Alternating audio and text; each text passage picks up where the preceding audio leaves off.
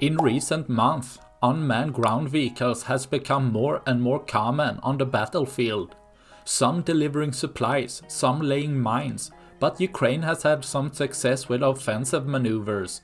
Since these ground vehicles are slow and fairly easy to hit, you need to exploit your opponent's poor defensive position, letting Ukraine to send ground drones right up to Russian trenches to detonate with large explosions, hitting dug-in position and weakening the trench, wearing down Russia's position.